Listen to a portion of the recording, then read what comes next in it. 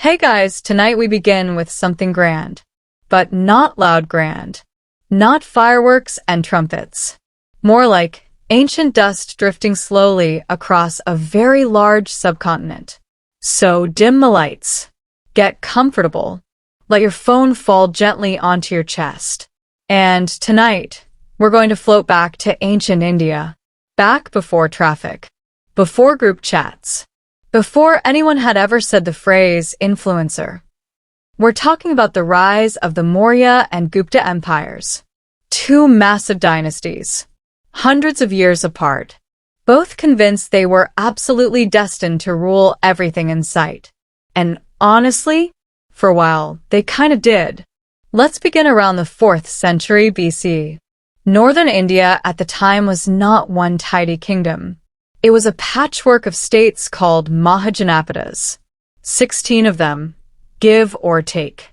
Each ruled by a king, or sometimes a council, or sometimes by whoever managed to grab the throne that week. One of these states was Magadha, and Magadha was ambitious. It had fertile land, it had rivers, it had elephants, and in ancient warfare, elephants were basically tanks with better personalities. Now, at this moment in history, there's also a certain Macedonian marching around. You may know him as Alexander the Great. He had already conquered Persia. He had crossed mountains. He had stared dramatically into the middle distance many times. And by 326 BC, he reached northwestern India.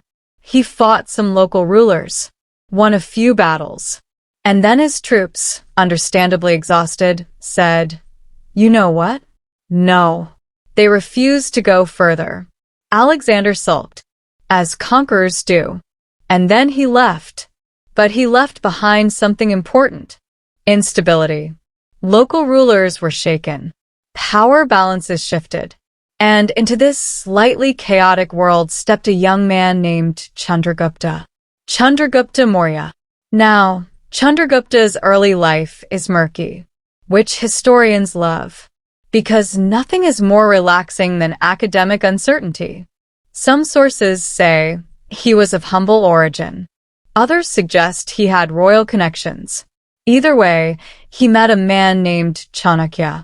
Chanakya was a scholar, a strategist, a political mastermind, and possibly the most patient schemer in Indian history. He had apparently been insulted by the ruling Nanda dynasty of Magadha, and instead of letting it go, he did what any reasonable ancient intellectual would do. He decided to overthrow the entire dynasty. Because why not double down?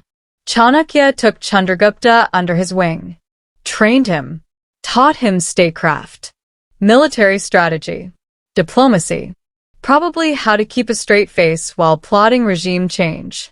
Together, they began building support, raising an army, winning allies, and eventually, around 322 BC, Chandragupta overthrew the Nanda king. Just like that. Well, not just like that.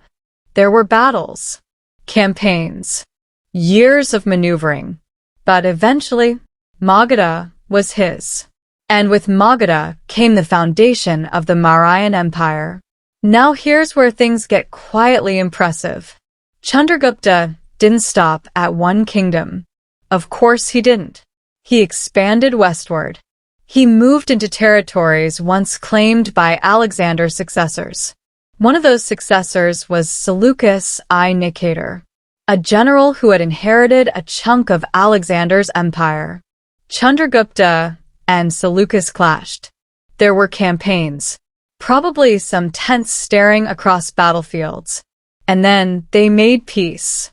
Seleucus ceded territories in what is now Afghanistan and Pakistan. In return, he received 500 war elephants. 500, which sounds like a very ancient form of bulk shipping. They also arranged a marriage alliance, because in ancient politics, marriage was diplomacy with jewelry. This treaty expanded Chandragupta's realm enormously. His empire now stretched across much of northern India. It was, for its time, one of the largest states in the world. And yet, despite all this conquest, Chandragupta's story ends quietly. Later in life, he converted to Jainism, a religion emphasizing nonviolence and renunciation. Yes, the same man who built an empire through warfare. Eventually, he abdicated the throne in favor of his son. Then, according to tradition, he fasted to death in a Jain ritual called Salakana. From imperial conqueror to ascetic. It's a dramatic life arc. But we'll keep it calm, because the empire didn't end there. His son Bindusara took over. Bindusara is one of those rulers historians describe with words like efficient and expanded the empire slightly, which is polite historian language for he did fine. Nothing too flashy. He ruled for about 25 years, kept the empire intact, extended control southward into the Deccan. And then came his son, Ashoka. Now, let's float gently toward him. Ashoka Maurya. If Chandragupta was the founder, Ashoka was the emotional roller coaster. He came to power around 268 BC, but not without a bit of family drama. Ancient sources suggest there were succession struggles, brothers, rivalries, possibly some eliminations. Royal families were not known for conflict resolution workshops. Ashoka consolidated power. And then, like his grandfather, he turned outward. His most famous campaign was against Kalinga, a region on the eastern coast of India. The Kalinga War was brutal. Ancient inscriptions claim over 100,000 people were killed. More were deported. Many more suffered. Now here's the quiet twist. After witnessing the devastation, Ashoka changed. He was deeply affected by the suffering, and instead of celebrating victory, he experienced remorse. This is unusual in ancient imperial history. Most conquerors built statues. Ashoka built apologies. He converted to Buddhism. He embraced nonviolence, promoted moral governance, encouraged compassion. He had edicts carved onto rocks and pillars across the empire. These inscriptions promoted dharma, righteous conduct, religious tolerance, kindness. It's very rare to see an emperor say, essentially, you know what? That was too much.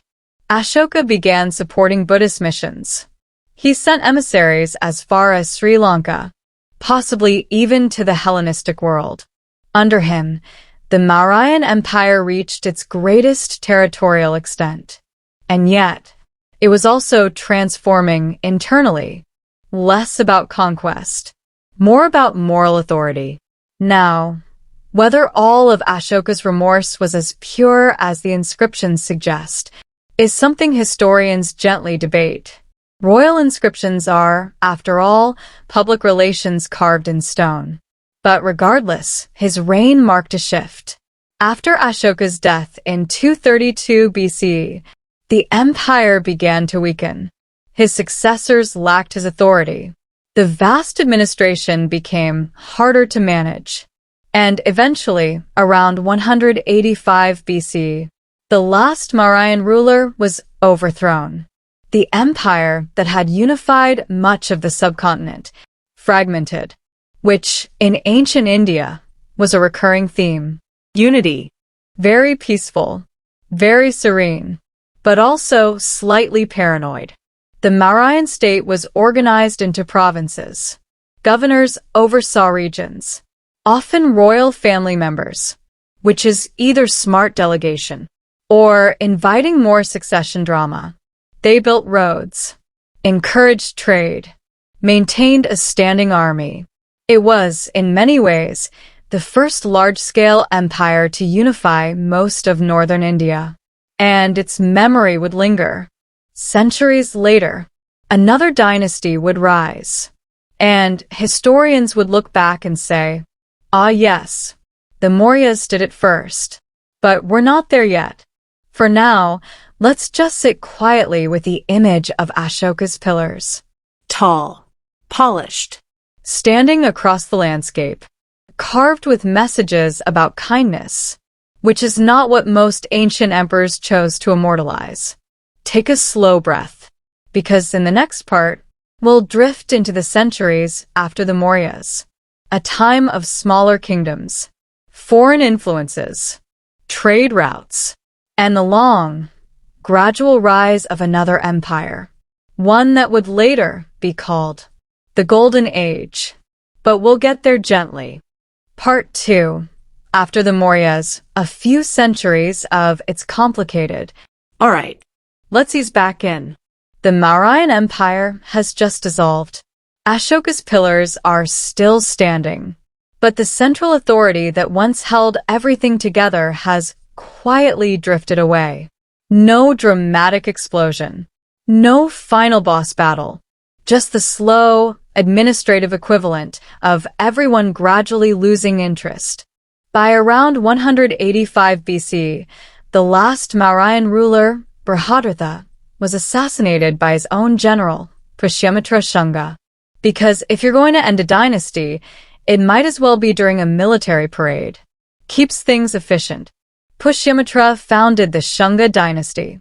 Now, the Shungas ruled parts of northern India for about a century. They were not small, but they were not Mauryan large. Think regional manager rather than CEO of the subcontinent. The empire fractured into smaller kingdoms. Magadha remained important, but it no longer dominated everything in sight. And into this looser political landscape drifted outsiders. Not invaders in a dramatic movie sense. More like new neighbors arriving with strong opinions and cavalry. From the northwest came Indo-Greeks. Yes, Greeks.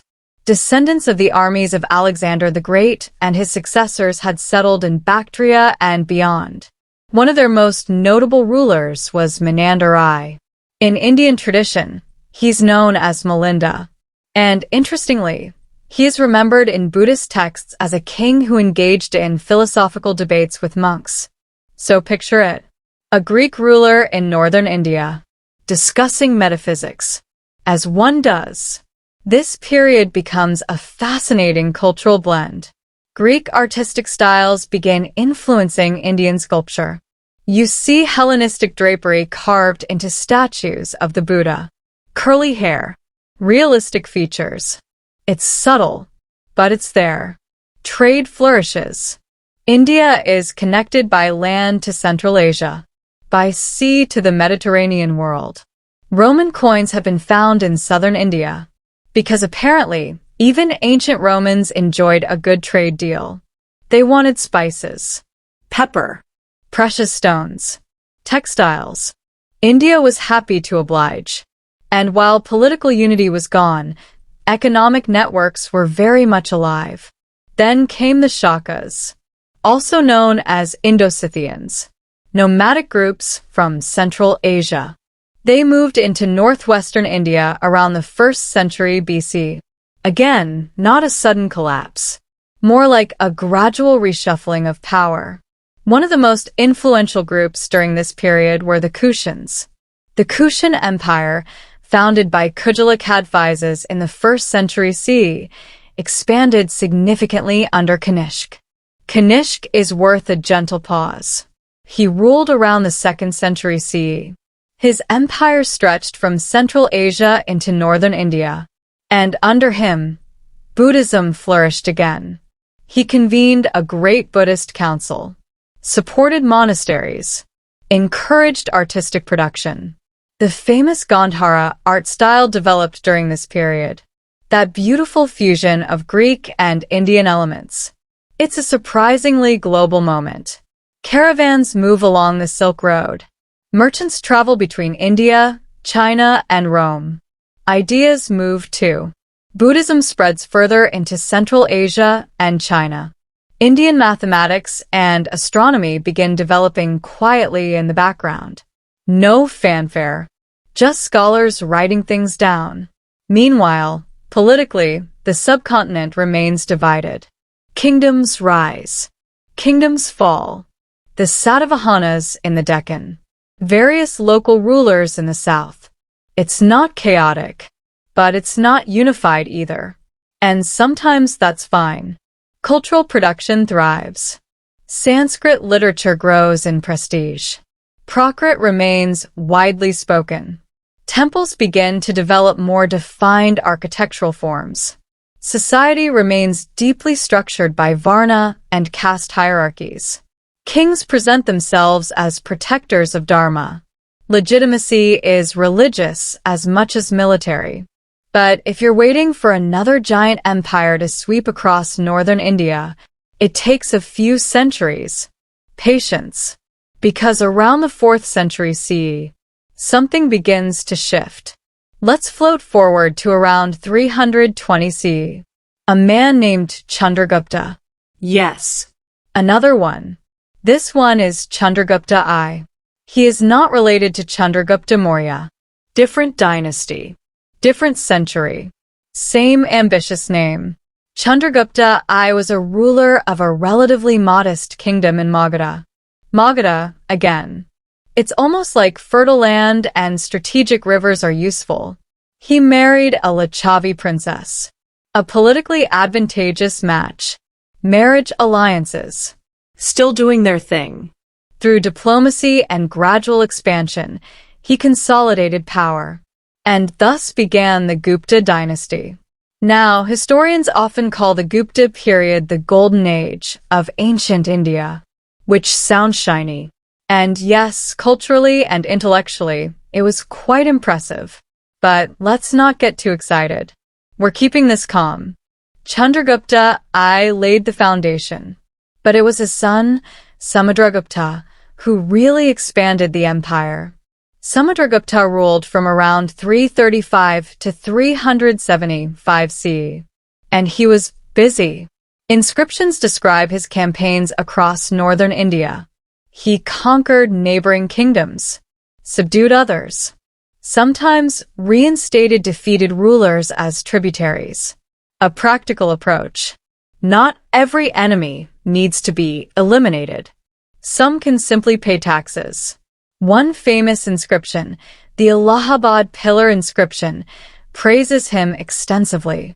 It lists conquered kings, victories, titles.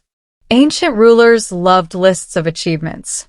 Samudragupta is sometimes called the Napoleon of India, though without the European winters. He extended Gupta influence across much of northern India, into central India, toward the Deccan. And importantly, he maintained diplomatic relations with distant regions, including Sri Lanka. Again, we see this pattern. Military expansion, followed by administrative consolidation. The Gupta administration was less centralized than the Mauryan system, more decentralized. Local rulers retained some autonomy, which can be helpful. Less micromanagement. Fewer spies disguised as monks. Economically, this period saw growth in trade and agriculture. Gold coins from the Gupta period are particularly famous. Beautifully minted, often depicting kings performing rituals or playing musical instruments. Yes, one coin shows Samudragupta playing a veena. Because why not remind everyone that you conquer kingdoms and also enjoy music? Multitasking. Then came Chandragupta II, also known as Vikramaditya. He ruled from around 380 to 415 CE. Under him, the Gupta Empire reached its peak. He expanded westward, defeated the Shakas in western India, secured trade routes to the Arabian Sea, which meant more commerce, more wealth, and more patronage of arts and sciences. It is during this broader Gupta period that we see remarkable developments. In mathematics, scholars like Aryabhata slightly later but within the broader Gupta era begin formalizing concepts that would influence the world. The use of zero as a numeral develops in India during this era. Place value systems. Advances in astronomy. Quiet revolutions. Very calm. Very transformative. Literature flourishes. Kalidasa, the classical Sanskrit poet and playwright, writes works like Shakuntala. Graceful, elegant, deeply influential. Temples begin evolving into the distinct forms we associate with later Indian architecture. Stone structures, carved panels, refined iconography. The Gupta period becomes a reference point, a cultural ideal. Later generations would look back and say, that was a golden time, which every civilization tends to do. Now, let's not pretend everything was perfectly serene. There were succession issues. There were regional tensions. And eventually there were invasions. Because history, gently and persistently, refuses to stay still. By the late 5th century CE, the Gupta Empire began to weaken. The Huns, specifically the Hephthalites, pushed into northwestern India. These incursions strained the empire. Provincial governors asserted more independence. Central authority weakened. And gradually, the Gupta Empire fragmented. No dramatic curtain drop.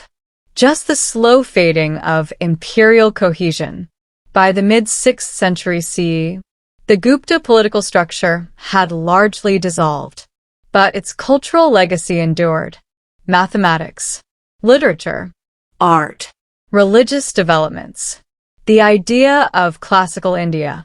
And so, when we look at the Maurya and Gupta empires together, we see something rhythmic. The Mauryas unified by force, centralized, asserted power dramatically. The Guptas unified through a mix of diplomacy and conquest, encouraged cultural flourishing. Both rose from Magadha. Both expanded across northern India. Both eventually fragmented. And through it all, the subcontinent remained dynamic, connected to Central Asia, to the Mediterranean, to Southeast Asia. Not isolated, not static, just steadily evolving. Take another slow breath, because in the next part, we'll drift deeper into Gupta society itself. Daily life, religion, education, the small details that make an empire feel human. And maybe we'll meet a few more rulers who were absolutely convinced that their dynasty would last forever. It rarely does, but it's always nice to believe.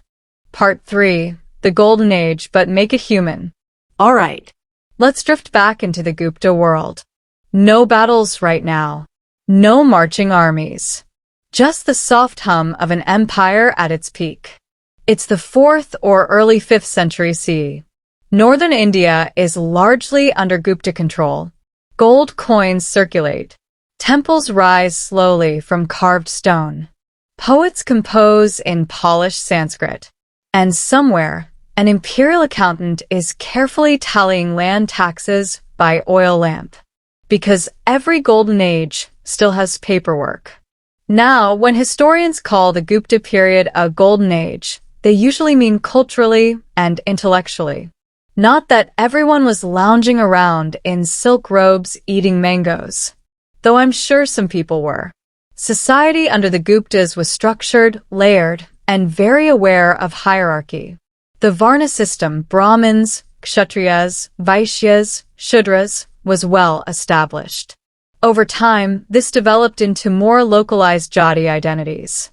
Social mobility existed, But gently. Slowly. with many expectations attached. Brahmins, the priestly and scholarly class, enjoyed significant prestige. Gupta rulers often granted them land. Land grants meant tax exemptions, revenue, status. It also meant that religious authority and economic power were closely linked, which is a theme that never truly disappears from history. Hinduism, in a more recognizable classical form, flourished during this period. Devotional movements, bhakti, gained momentum. Worship of Vishnu and Shiva became especially prominent. Temple architecture evolved in response. Earlier religious structures in India had often been rock-cut caves. Under the Guptas, freestanding stone temples began to appear more consistently. One of the earliest surviving examples is the Dashavatara temple at Deoghar. It's not enormous, It's not flashy, but it quietly sets a template. A square sanctum, a tower rising above, carved panels depicting mythological scenes. It's elegant, balanced, not trying too hard, which feels appropriate for a sleepy history monologue. Buddhism, though no longer enjoying Ashoka-level state promotion, remained influential. Monasteries continued functioning. Pilgrims traveled. Around the early 5th century, a Chinese monk named Faxian visited India. He journeyed through Gupta territories, documenting what he saw. His accounts describe prosperous cities, relatively mild punishments, flourishing Buddhist institutions. He seems pleasantly impressed, which is always nice to read in a primary source. Now, let's float into education. The Gupta period saw the development of major centers of learning. Though Nalanda would reach its height slightly later, the intellectual foundations were forming during this era. Scholars studied grammar, philosophy, mathematics, astronomy, medicine. Sanskrit became the language of high culture.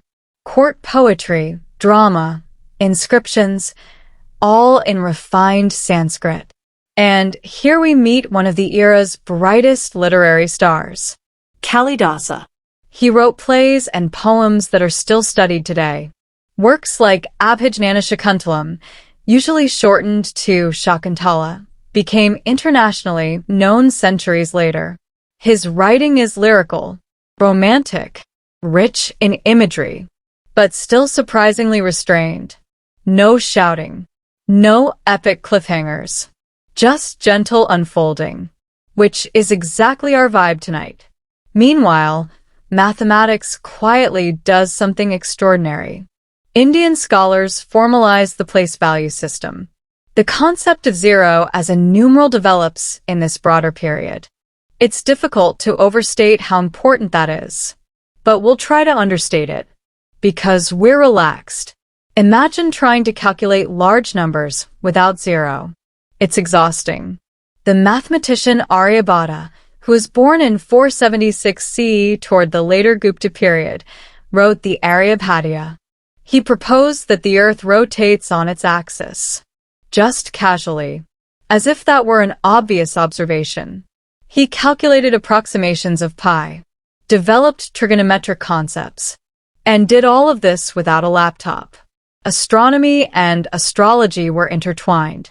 Observing the heavens had practical importance for calendars and rituals, but it also sparked theoretical curiosity. The night sky over Gupta India would have looked the same as ours. Quiet stars, slow-moving planets, and somewhere a scholar making careful notes.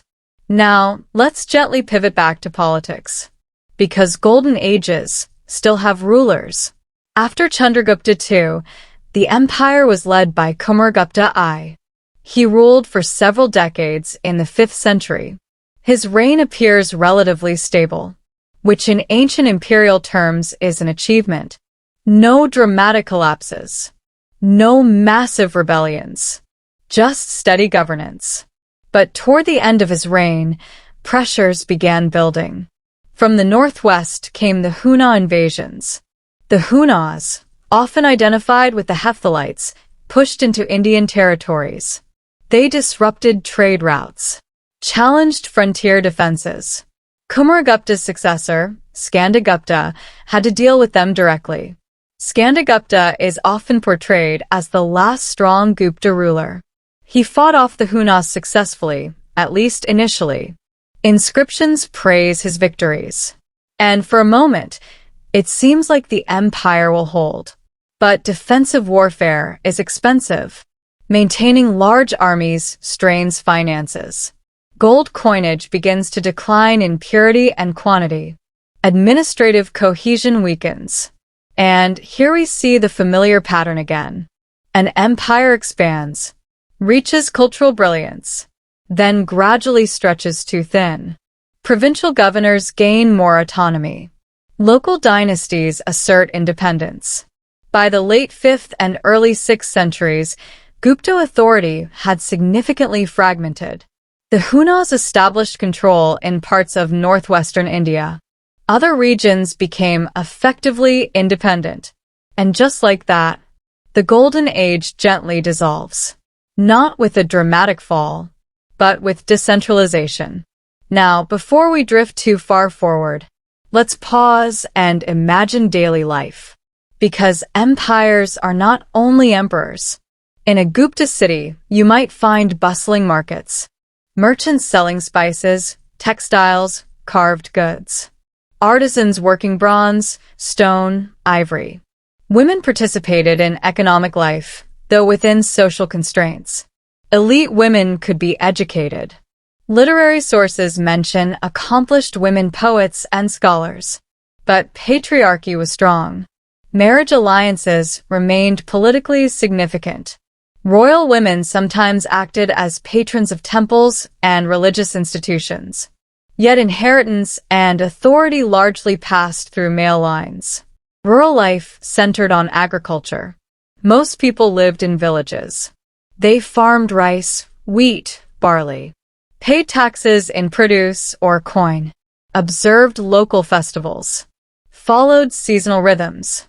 Part 4. Trade winds, temples, and the slow echo of empire. All right. Let's keep drifting. The Gupta political structure has softened.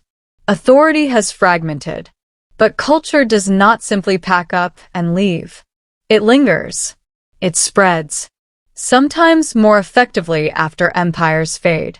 So tonight, let's gently zoom outward. Because ancient India was never isolated. Even when there wasn't one giant empire holding everything together, there were always roads, rivers, sea lanes. Merchants rarely care who is technically emperor. They care about safe routes and predictable taxes. And India had both, at least often enough to keep trade alive. From the western coast, ships sailed across the Arabian Sea.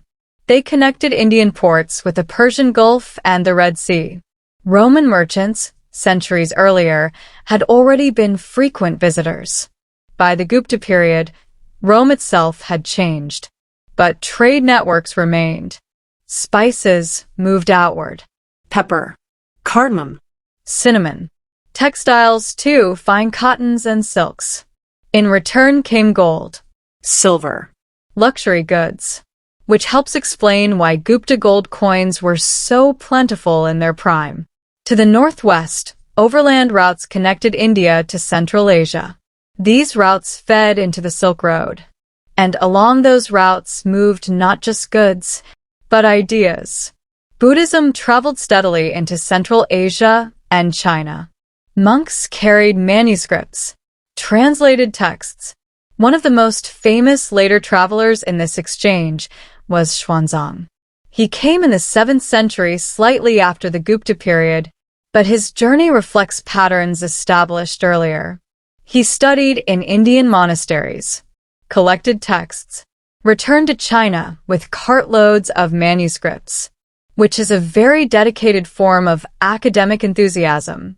Indian numerals traveled too, gradually adopted in the Islamic world, then later transmitted to Europe. The number system we casually use every day, with its elegant zero, has roots in these centuries. It's almost unfair how calm the revolution was. No dramatic announcement. Just scholars writing, calculating, refining. Now, let's gently float southeast. Across the Bay of Bengal, Indian cultural influence reached Southeast Asia through trade and migration. Not through massive conquest, but through merchants, priests, artisans. Sanskrit inscriptions appear in places like Cambodia and Indonesia. Hindu and Buddhist concepts are woven into local traditions. Temple architecture in places like Angkor would later reflect Indian models, though transformed and localized. It wasn't colonization in the modern sense. It was cultural exchange. Selective adaptation. Local rulers adopted Indian titles, patronized Hindu or Buddhist rituals, not because they were forced, but because it enhanced legitimacy. Aligning with prestigious traditions can be politically useful. That hasn't changed much either. Now, back on the subcontinent. After the Gupta decline, regional kingdoms shaped the next phase of Indian history. In northern India, the Pushyabudi dynasty rose.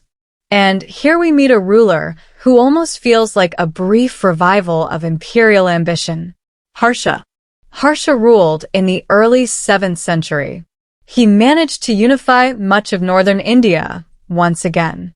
Not quite Maurya scale, not quite Gupta scale, but impressive. He was known for patronizing the arts, supporting Buddhism, hosting grand assemblies. When Xuanzang visited during Harsha's reign, he described large religious gatherings, elaborate ceremonies, charitable distributions. Harsha himself wrote plays. Because apparently ruling wasn't enough. He needed a creative outlet. But after Harsha's death, his empire too fragmented. Notice the pattern. Unification. Flourishing. Fragmentation. Ancient India rarely stayed centralized for very long. Geography plays a role. The subcontinent is vast. Rivers divide regions. Forests and mountains complicate communication. Holding everything together required extraordinary administrative effort. And when strong rulers disappeared, regional identities reasserted themselves, which is not chaos. It's simply decentralization. Now let's return to something quieter. Religion. During and after the Gupta period, devotional Hinduism deepened. Bhakti movements emphasized personal devotion. Poet-saints composed hymns. In southern India, the Alvars and Nayanars would soon sing passionately of Vishnu and Shiva. Religion became more emotionally expressive, more accessible. Temple worship became central. Temples were not only religious spaces, they were economic centers. They owned land, employed workers, distributed food. They anchored communities. Art blossomed around them. Sculptors carved intricate deities, graceful figures, serene faces. Gupta art in particular is often described as balanced and harmonious, not overly dramatic, which again fits our mood tonight. Even the Buddhist statues from this era have a calm, inward expression, half-closed eyes, subtle smile, as if they too are listening to a very long, very sleepy history monologue. Now, let's gently consider administration. The Mauryan Empire had been highly centralized. Spies everywhere. Detailed oversight. The Gupta system was looser. Land grants to officials and religious figures increased. Over time, this contributed to decentralization. Local rulers gained hereditary control over territories. This laid groundwork for what some historians describe as early forms of feudal arrangements. Though the term feudal can be debated, historians love debating terms, very politely, in long footnotes. But the broader point is this. Political authority became more localized, which made large-scale unity harder to maintain. Still, life went on. Agriculture remained the backbone of the economy. Irrigation systems supported crops. Seasonal monsoons dictated rhythms. Festivals marked time. Children learned family trades. Scholars memorized verses. Merchants negotiated prices. And emperors, whether Maurya or Gupta, were only one layer in a very complex society.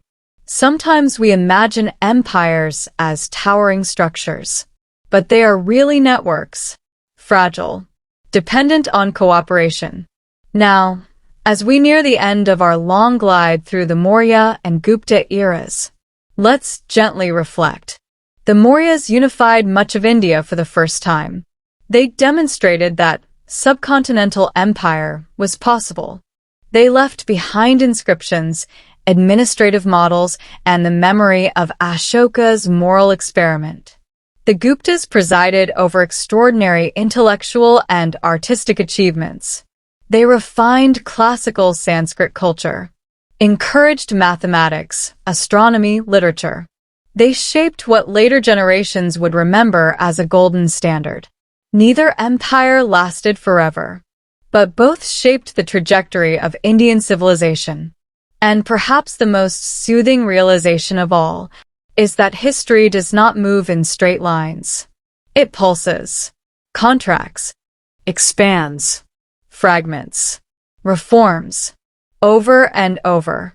The rise of ancient India under the Mauryas and Guptas was not a single climb to glory. It was a series of gentle ascents and descents. Human ambition, human creativity, human impermanence.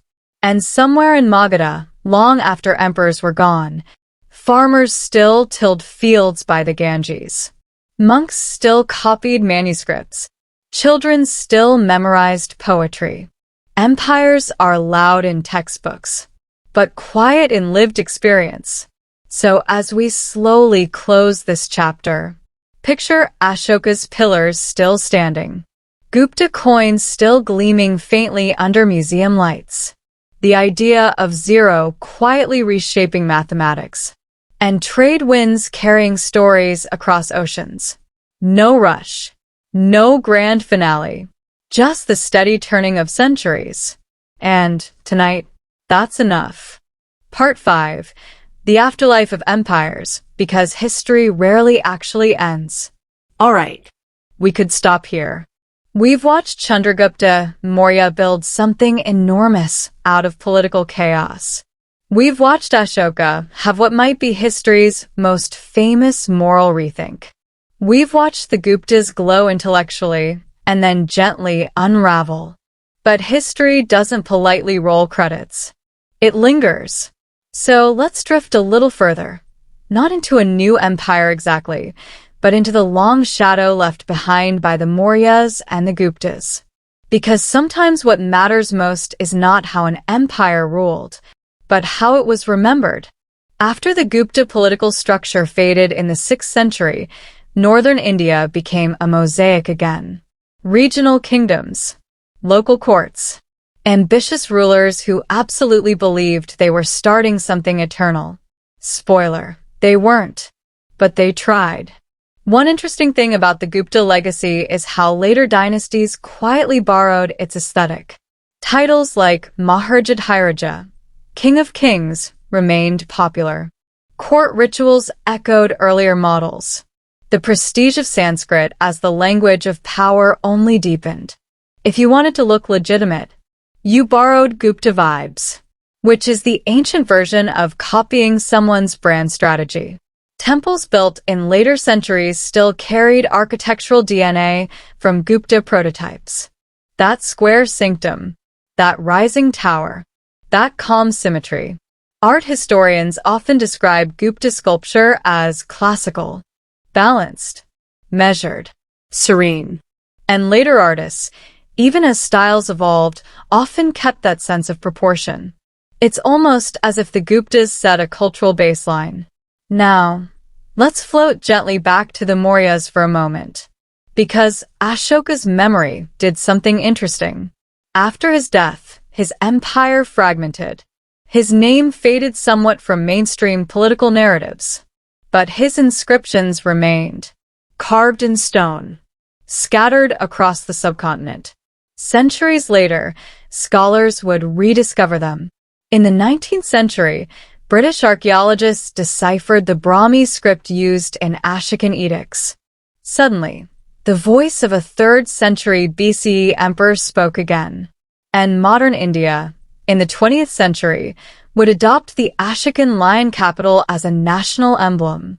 The wheel, the Ashoka chakra, appears on the Indian flag, which is a long afterlife for a ruler who once regretted a war.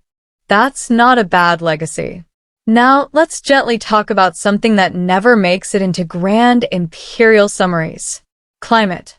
Monsoons shaped everything. Agricultural output depended heavily on rainfall patterns. Good monsoons meant surplus. Surplus meant trade. Trade meant wealth. Bad monsoons meant stress. And stress weakens political structures. We often credit or blame rulers for everything, but sometimes it's just the rain. Now consider geography again.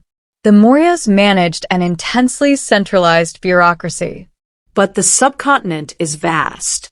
From the Himalayas to the southern coasts, from deserts in the west to forests in the east. Communication in the ancient world took time. Weeks. Months. Holding that much territory together required constant oversight. The Guptas were slightly looser administratively, which made them flexible, but also made long-term cohesion harder. It's a delicate balance. Too centralized and you strain resources. Too decentralized and you fragment. History is basically a very long experiment in governance. Now, let's drift toward intellectual legacy. Mathematics developed further after the Gupta period. The numeral system refined. Texts traveled westward through trade and scholarly exchange. In the Islamic Golden Age, scholars translated and expanded upon Indian mathematical works. Eventually, these numerals reached Europe. And today, when someone complains about algebra homework, they are indirectly participating in a Gupta-era legacy, which is oddly comforting. Astronomy, too, continued evolving. Observatories would later be built in medieval India. Calendrical systems refined. Astrology and astronomy remained intertwined, because humans have always wanted to understand the sky, and maybe blame it for things. Literature blossomed further in post-Gupta centuries. Regional languages gained prominence alongside Sanskrit. Tamil literature in the south flourished independently, drawing on even older Sangam traditions. The subcontinent was never culturally uniform, even at the height of the Maurya and Gupta empires. Diversity remained immense. Different languages, different customs, different artistic traditions. Empires imposed frameworks, but culture flowed in many directions at once. Now, let's return to something quietly fascinating. Urban life. Mauryan cities like Pataliputra were enormous for their time. Greek observers described wooden palisades, Moats. administrative complexes. Under the Guptas, cities remained important trade hubs. But archaeology suggests some urban contraction in later centuries. Some scholars debate whether this was economic decline or simply transformation. Again, historians love a gentle debate. Was it collapse or restructuring? The answer is usually both. And neither. And it depends. Very satisfying. Now imagine a young student in Gupta-era India. He studies grammar using Panini's system, developed earlier but still foundational. He memorizes verses, learns astronomy, practices mathematics. He might one day become a court scholar, or a temple priest. Or perhaps he simply returns to his village with enhanced prestige. Education was elite, but not non-existent outside courts. Knowledge moved slowly, but it moved. And then imagine a merchant. He negotiates trade contracts. He calculates profits using a place value system that includes zero. He boards a ship bound for Southeast Asia, carrying textiles and spices. He has no idea that centuries later, historians will label his era classical. He's just trying to get a good price. And that's perhaps the gentlest truth of all. The people living in the Maurya and Gupta periods did not know they were in golden ages. They did not know they were laying foundations for global mathematics. They did not know future schoolchildren would memorize their rulers' names. They were simply navigating their present, as we all are. Now, let's softly weave the threads together. The Mauryan Empire demonstrated the power of centralized authority across vast geography. It institutionalized governance, used inscriptions as political messaging, experimented with moral kingship under Ashoka.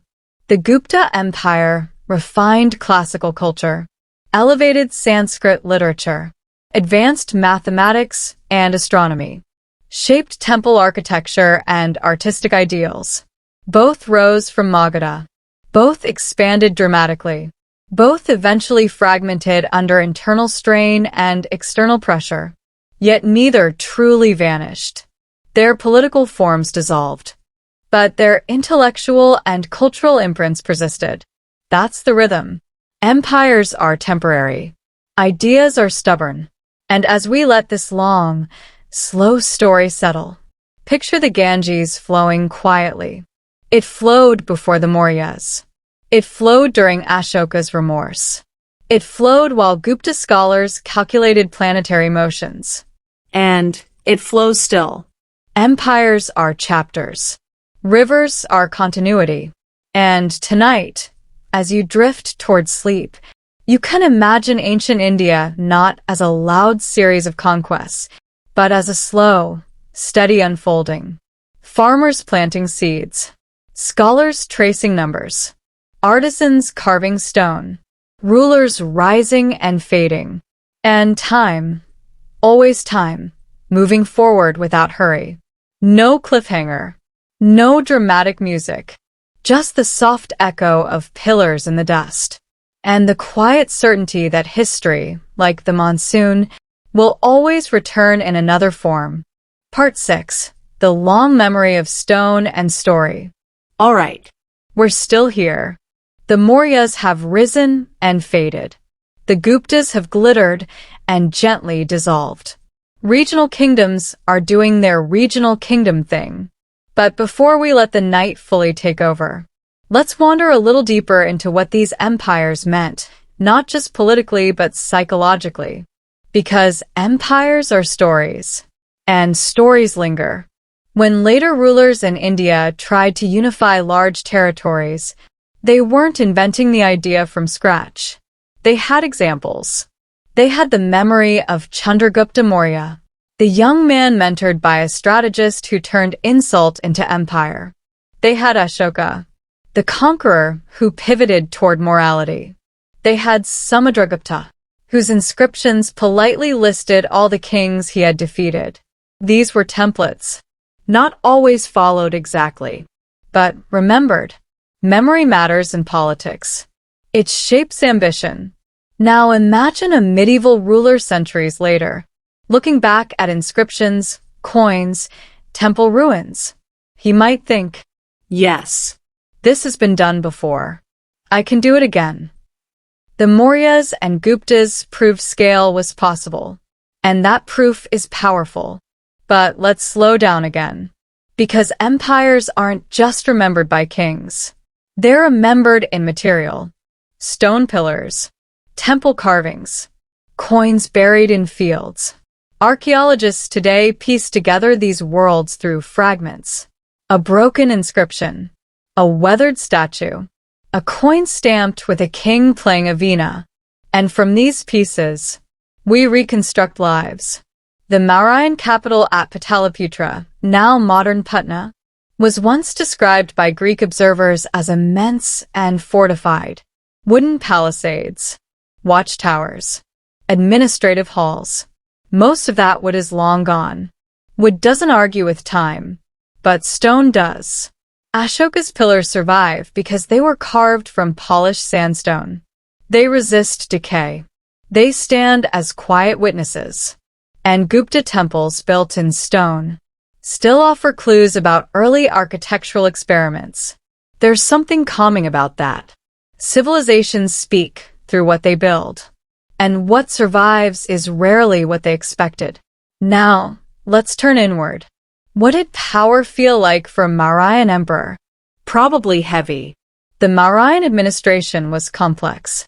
Officials monitored trade, agriculture, forests, mines. The Arthashastra, traditionally attributed to Chanakya, describes detailed governance strategies. It even discusses espionage in calm, practical language. Spies disguised as ascetics. Spies disguised as merchants. Because apparently trust was flexible, that kind of oversight requires constant vigilance. It's not glamorous. It's bureaucratic. And that's something we often overlook. Empire is mostly paperwork. Gupta rule, by contrast, feels lighter.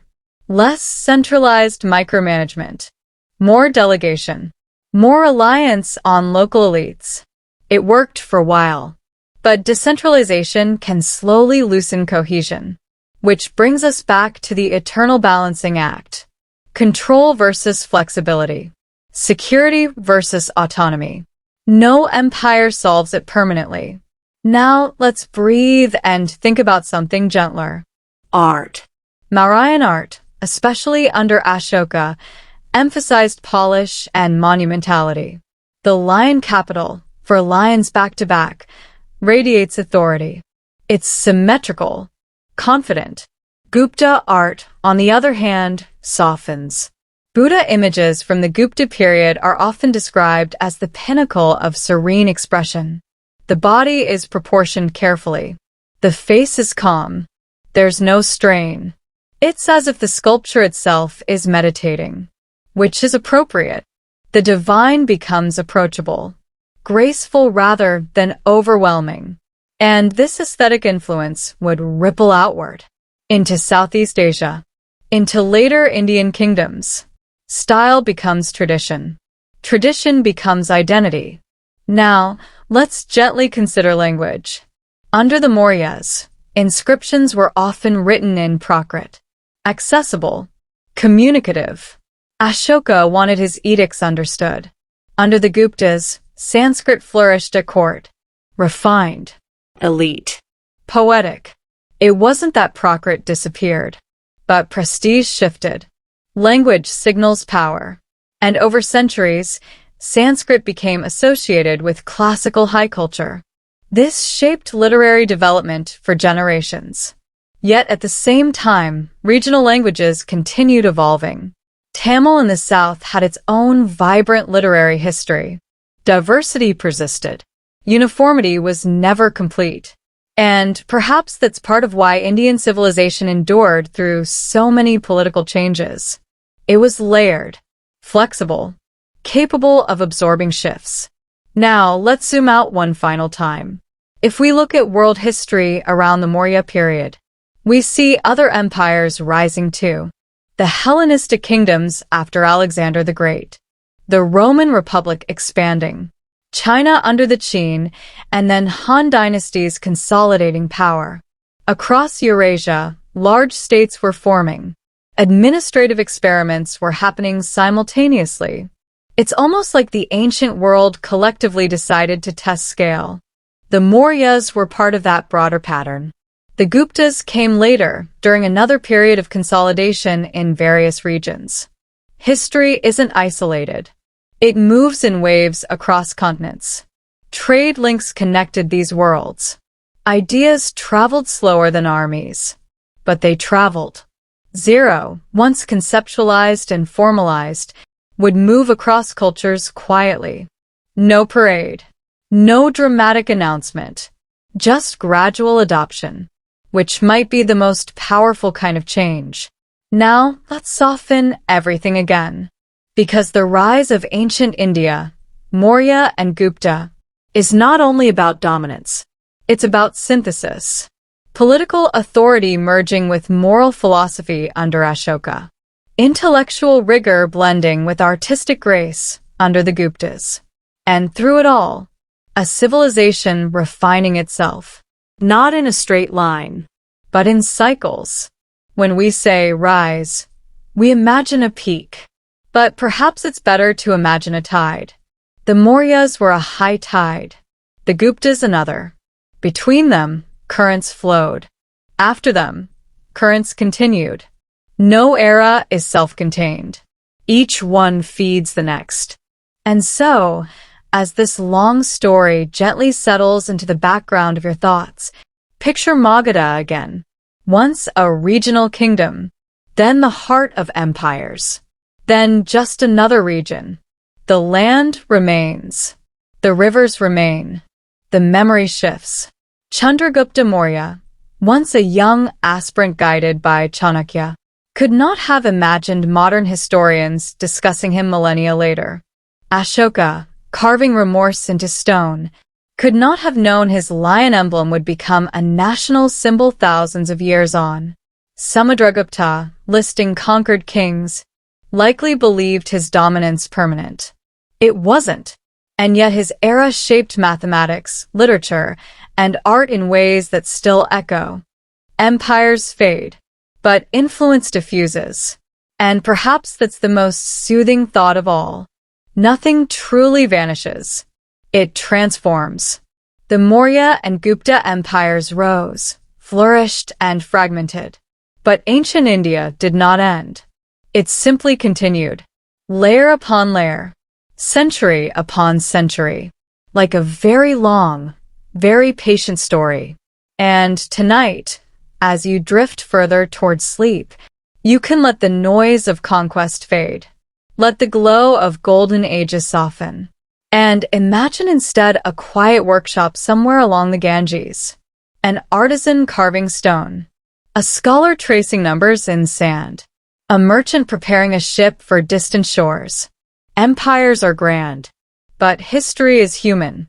And it moves, always, at a steady, unhurried pace. Part 7. The quiet weight of time. All right. We're almost at the edge of our long, slow river.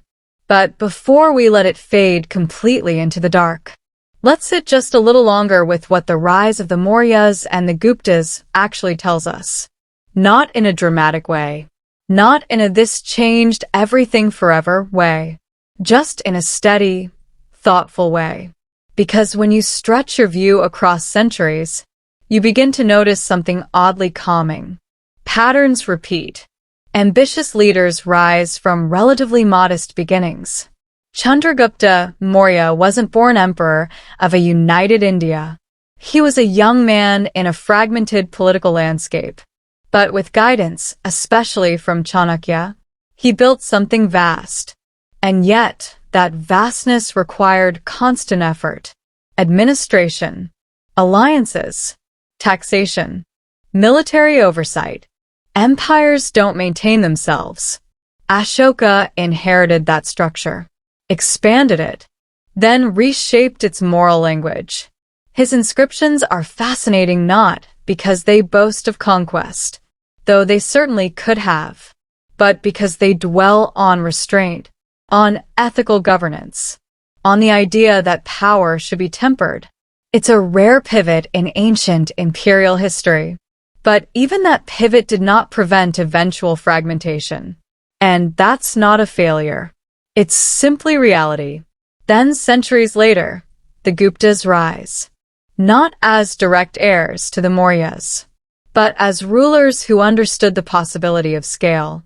Chandragupta I consolidates. Samudragupta campaigns.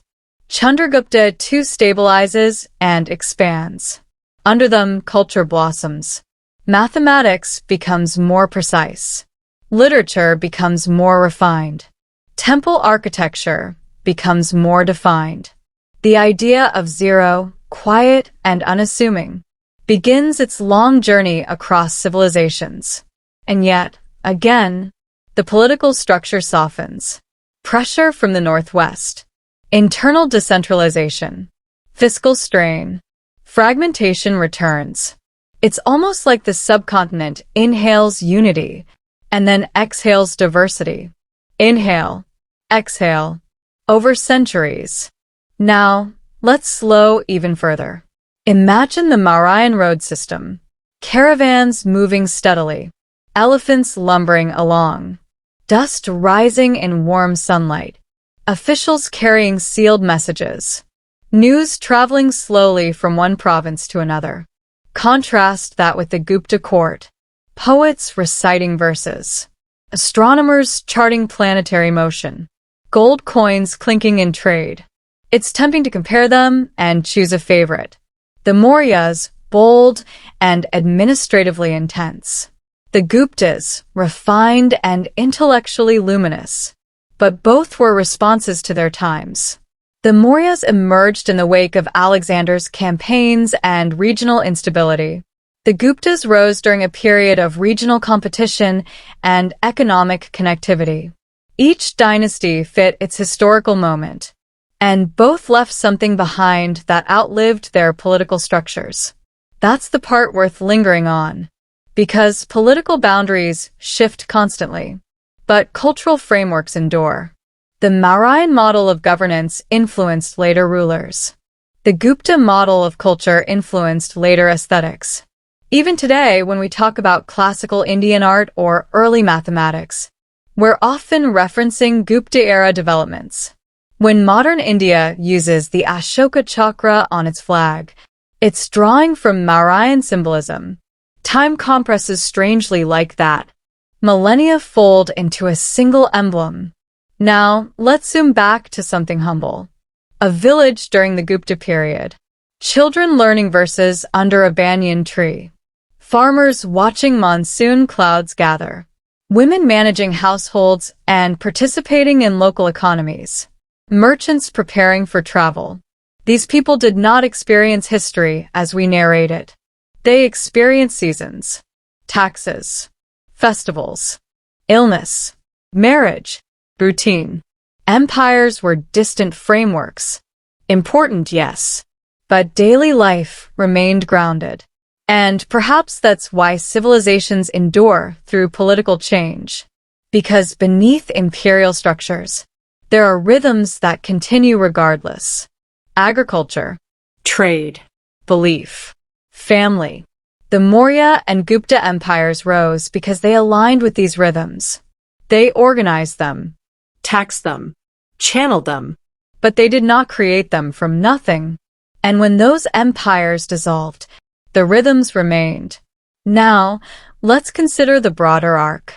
From around 322 BC, when Chandragupta Maurya established control in Magadha, to roughly the mid-6th century CE, when Gupta authority fully fragmented, we're looking at nearly 900 years of recurring consolidation and dispersal. 9 centuries. That's longer than the time between today and the High Middle Ages in Europe. Perspective softens drama. What feels monumental in a single lifetime becomes a phase across centuries. And ancient India had many phases. The Mauryas, the interregnum of smaller kingdoms and foreign interactions. The Guptas, post-Gupta regional powers. Then later medieval polities, each building on layers beneath. Civilization as sediment, layer upon layer. Now, before we let the night fully close, let's return one last time to the idea of rise. We often imagine rise as upward motion, Climbing. ascending, but in the Maurya and Gupta case, it might be better imagined as widening, expanding networks, expanding influence, expanding cultural production, and then contracting politically while influence continues outward. The Mauryan Empire expanded territorially, but its moral and administrative ideas expanded beyond its lifespan. The Gupta Empire expanded intellectually, and its mathematical and artistic contributions expanded globally over centuries. So perhaps rise is not just about territory. It's about resonance. And resonance lingers. Now picture the Ganges again, flowing past ancient Pataliputra, flowing past villages that existed long before the Mauryas, flowing long after the Guptas. Empires built along its banks, governed from its shores, carved pillars near its waters. But the river itself remains indifferent. It flows whether kings succeed or fail. That's not a cynical thought. It's a calming one. History is vast. Human ambition is temporary. But human creativity, that seems to echo longer than power. And so, as we gently close this long, unhurried exploration of the rise of ancient India under the Maurya and Gupta empires, you can let the grand narratives fade. Let the dates soften. Let the names drift. Chandragupta Maurya, Ashoka, Samudragupta, Chandragupta II, not as larger-than-life figures, but as people navigating their historical moment, building structures they believed would endure. Some did. Some didn't. And all of it became part of a much longer story. A story that never truly stops. It simply shifts shape. And tonight, you've floated through nearly a millennium of that shifting. No dramatic endings. No sudden collapse. Just the steady turning of time across the Indian subcontinent. Part 8. A final drift through the dust of empires. All right. You're still here. Which means either you're very committed to ancient Indian political history, or you're almost asleep, and this is just pleasant background murmuring. Either way, we'll keep it gentle. We've walked through the rise of the Mauryas. We've watched Ashoka carve regret into stone. We've floated through the golden shimmer of the Guptas. We've traced the quiet diffusion of ideas beyond their borders. But there's one last thing worth lingering on. Not conquest, not coins, not inscriptions, but time itself. Because the Maurya and Gupta empires are often described as high points. And that word, high point, can be misleading. It suggests everything else was lower, less important, less bright. But history doesn't really work like a mountain range. It's more like a long plain with occasional hills. The Mauryas were a hill. The Guptas were another. Between them, the land was still inhabited, still cultivated, Still alive. after them the same. No era is empty. No century is blank. Even when political unity dissolves, culture continues to layer itself. Let's revisit something quietly remarkable. The Mauryan Empire unified much of the Indian subcontinent for the first time in recorded history. That alone is significant. It required logistical imagination, administrative experimentation, military coordination across enormous distances. But its most enduring symbol isn't a battlefield. It's a pillar. Ashoka's pillar. Polished stone. Carved words. A message of restraint. In a world that often celebrated domination, that pivot stands out. And yet, it wasn't permanent policy. Later rulers did not universally adopt nonviolence. History rarely copies ideals perfectly, but the example existed. And that matters. Then the Guptas. Their political control didn't cover quite as much territory as the Mauryas at their height. But their cultural footprint stretched astonishingly far. Mathematics, astronomy, literature, temple architecture. If the Mauryas demonstrated scale and governance, the Guptas demonstrated refinement in thought. And refinement travels. It doesn't require armies. It requires curiosity. The concept of zero is almost poetic. Nothing, and yet essential. A placeholder that transforms calculation, developed quietly, adopted gradually, and now inseparable from modern life. That's legacy without spectacle. Now imagine a slow montage, not dramatic, just soft. A Mauryan official reviewing grain records. A Gupta poet reciting a verse under oil lamps. A merchant adjusting cargo ropes before sailing towards Southeast Asia. A monk copying a manuscript carefully by hand. None of them thinking, I am living in a golden age. They are simply living. History becomes golden in hindsight. From the inside, it's just daily routine. That's a comforting thought. Because it means our own time, whatever its flaws, is simply another layer. Not uniquely catastrophic. Not uniquely glorious. Just another stretch of the long plain. Now, let's gently revisit geography one final time. The Indian subcontinent is framed by the Himalayas to the north, by seas to the south, by deserts and forests in between. It's connected, yet protected. This geography allowed empires to rise internally, but it also allowed regional identities to persist. Total uniformity was never fully achievable, and perhaps never necessary. Unity in ancient India was often political rather than cultural. Cultural diversity remained immense.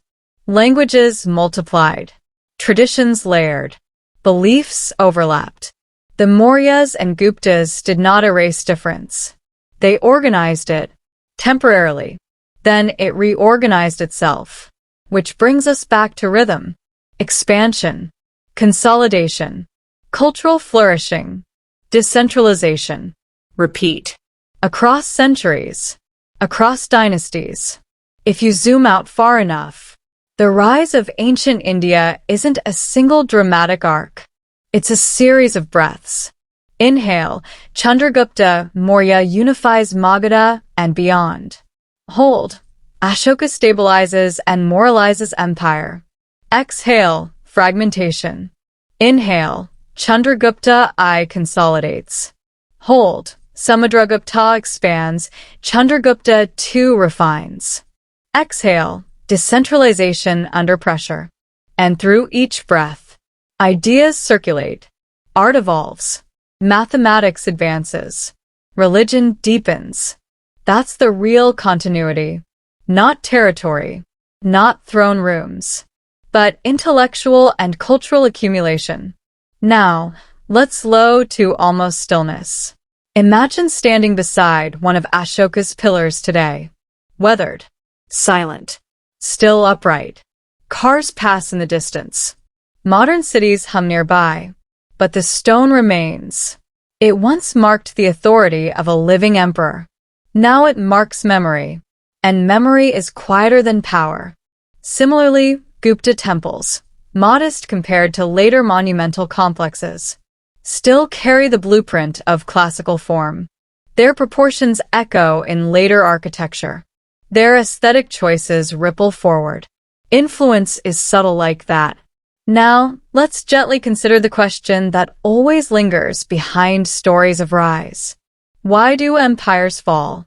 In the case of the Mauryas, overextension, succession challenges, administrative strain.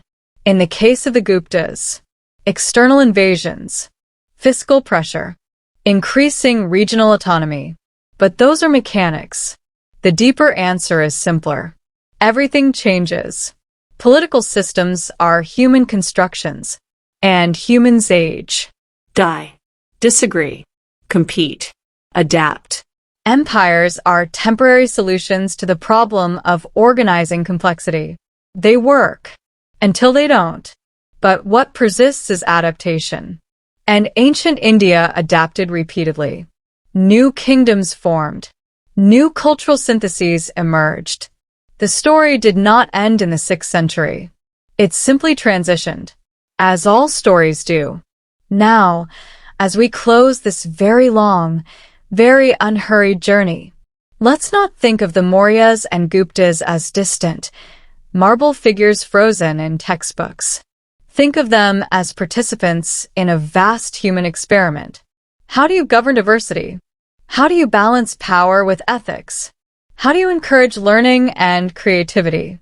How do you manage scale without losing cohesion? They tried. Sometimes brilliantly, sometimes imperfectly. And their attempts left traces. In numbers, in art, in inscriptions carved into stone. The rise of ancient India under the Maurya and Gupta empires was not a straight ascent to eternal glory. It was a series of ambitious attempts to shape a vast and varied land. Some lasted decades, some centuries. None lasted forever. And that's okay. Because the real story isn't permanence.